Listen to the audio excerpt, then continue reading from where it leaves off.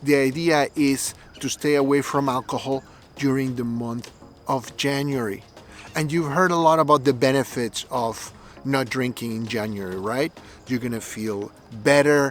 People feel like they have more energy, more clarity of mind to make decisions. So, should you do it?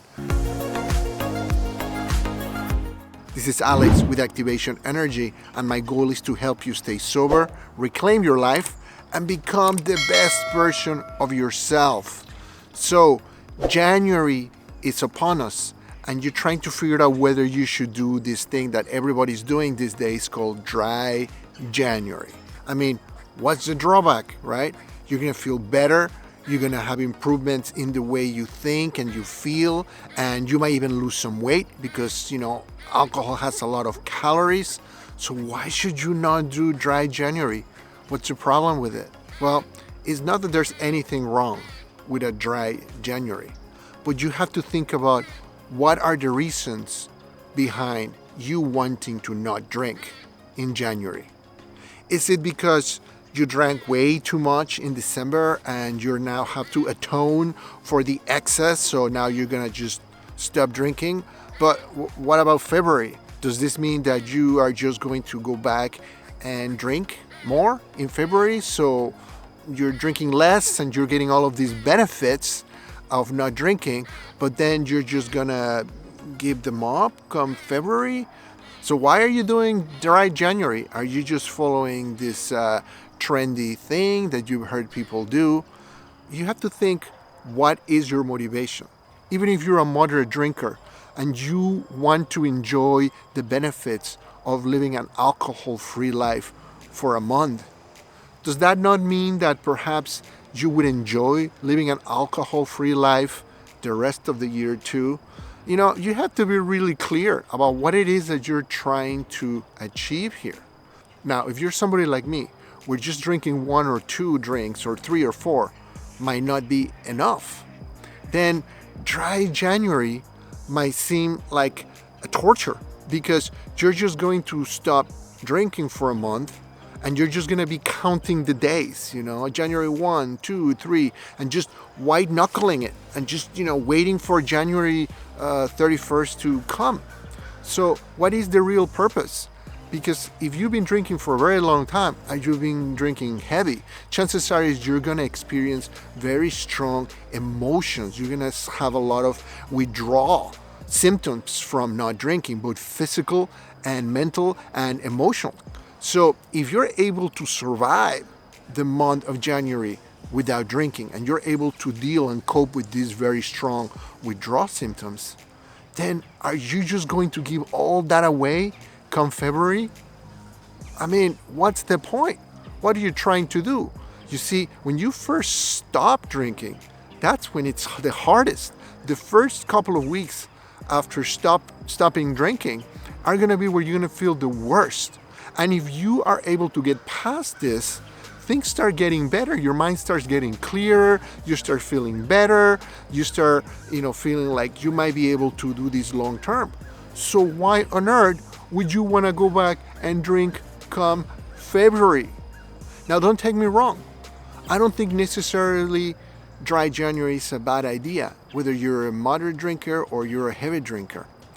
But I think it's a good idea if you're going to take this as an opportunity to try to live a sober lifestyle and try to learn the skills that you're going to need in order to cope with urges, to cope with cravings, in order to learn how to manage your thoughts, your feelings, and your behaviors surrounding alcohol. If you're going to use January as a marking point to begin your effort towards learning how to live alcohol-free, I think that's a great opportunity, right? I think it's a great opportunity, a great chance for you to begin. Because many times the hardest thing is to decide when to begin, because you might be very afraid of how you're going to feel if you don't drink, because you've been using alcohol all this time to suppress your emotions or to manage stress or to not feel sad. So once you take this decision, that might be one of the hardest things you can do. So if you take an opportunity to begin the new year and start your path towards living a sober life, I think it's a great opportunity to do it. But understand this, that if you're just going to do this for a month, then what is the point? So I think a better approach is to come up with a plan and come up with a clear objective and goal for yourself in the new year.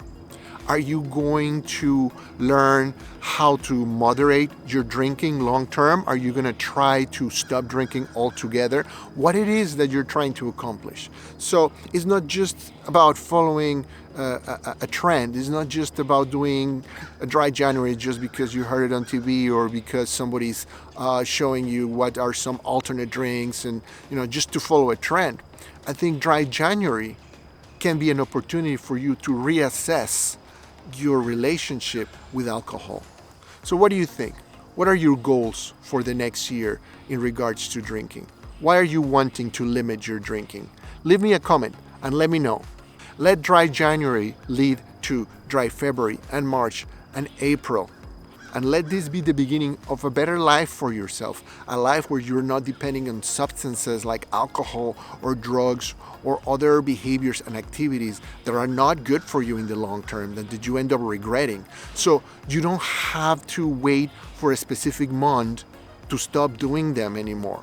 So you don't have to have a dry anything in order to fix the mistakes or atone for the bad behaviors that you engaged previously. Learning to live without alcohol is not easy, okay? But doing so has the potential of creating a better version of yourself. A version of yourself when you are more in touch with your own thoughts, with your own emotions, when you're able to deal with the day-to-day stresses and all the things that happen without having to resort to alcohol or other stimulants. Use this January as an opportunity, or if you want, as an excuse to begin this. Perhaps you realize that your goals for yourself and your family and your life go beyond just a month.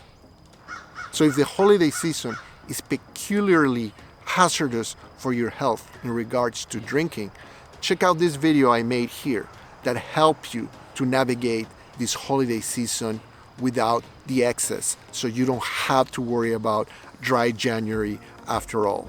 This is Alex Rivera with Activation Energy. Thanks for joining me today, and I will see you in the next video.